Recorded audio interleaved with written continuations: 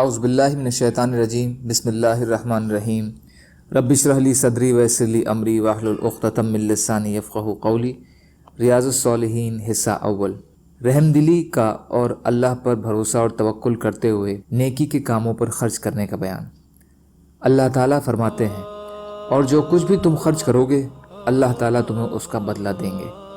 اللہ تعالیٰ فرماتے ہیں، اور جو کچھ تم خرچ کرو گے تو اس کا فائدہ تمہیں ہی ہوگا، اور تم جو بھی خرچ کرتے ہو اللہ کی رضامندی حاصل کرنے کے لیے کرتے ہو، اور تم جو کچھ بھی خرچ کرو گے تمہیں اس کا پورا بدلہ دیا جائے گا اور تم پر ظلم نہیں کیا جائے گا۔ اور اللہ تعالیٰ فرماتے ہیں، جو مال بھی تم خرچ کرتے ہو یقیناً اللہ تعالیٰ اسے جانتے ہیں۔ فائدہ، ان آیات میں خرچ کرنے سے مراد نیکی اور اللہ کی پسندیدہ راہوں میں خرچ کرنا ہے۔ اس کی بابت ایک بات تو یہ کہی گئی ہے کہ تمہارا خرچ کیا ہوا بیکار نہیں جائے گا، بلکہ اللہ تعالیٰ اس کا بہترین بدلہ دنیا یا آخرت یا دونوں جگہ عطا فرمائیں گے۔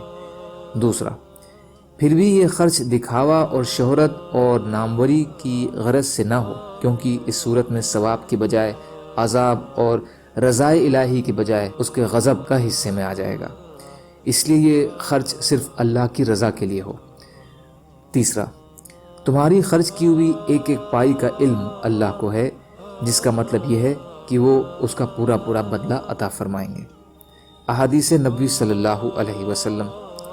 حضرت ابن مسعود رضی اللہ تعالیٰ عنہ سے روایت ہے کہ نبی اکرم صلی اللہ علیہ وسلم نے فرمایا، صرف دو آدمیوں پر حسد کرنا جائز ہے، ایک وہ آدمی جس کو اللہ نے مال دیا ہو اور پھر اسے حق کی راہ میں خرچ کرنے کی ہمت اور توفیق بھی دی، اور دوسرا وہ شخص جس کو اللہ نے علم دیا اور حکمت دی تو وہ اس کے ساتھ ہی فیصلہ کرتا اور دوسروں کو بھی اس کی تعلیم دیتا ہے۔ بخاری و مسلم۔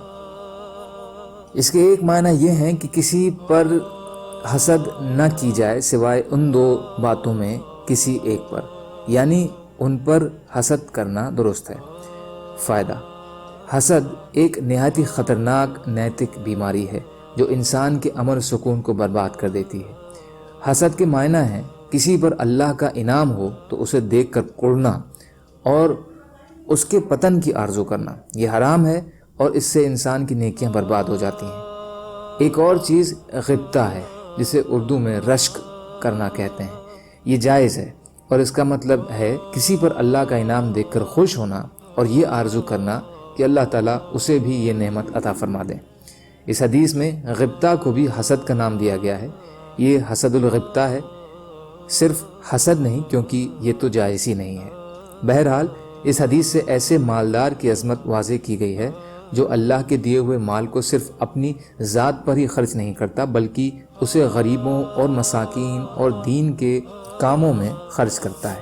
اسی طرح دین کا علم حاصل کرنے والے کی عظمت کا بیان ہے جو قرآن و حدیث کی روشنی میں لوگوں کے معاملات کا فیصلہ کرتا ہے اور دوسروں کو بھی قرآن و حدیث کی تعلیم دیتا ہے۔ ہر آدمی کی یہی خواہش کرنی چاہیے کہ مال کے ساتھ اللہ کی راہ میں خرچ کرنے کی توفیق بھی اسے ملے اور دینی علوم اور اس کی حکمت سے وہ مالا مال ہو، تاکہ انبیاء کی جانشینی کا اعزاز اسے حاصل ہو اور اس کا حق اچھی طرح ادا کر سکے۔ سبحان اللہ و بحمدہ، سبحانک اللہم و بحمدک، اشہد ان لا الہ الا انت، استغفرک و اتوب الیک۔ سبحان ربک رب العزت عما یصفون وسلام علی المرسلین والحمد للہ رب العالمین برحمتک یا ارحم الراحمین۔ لا الہ الا اللہ محمد رسول اللہ۔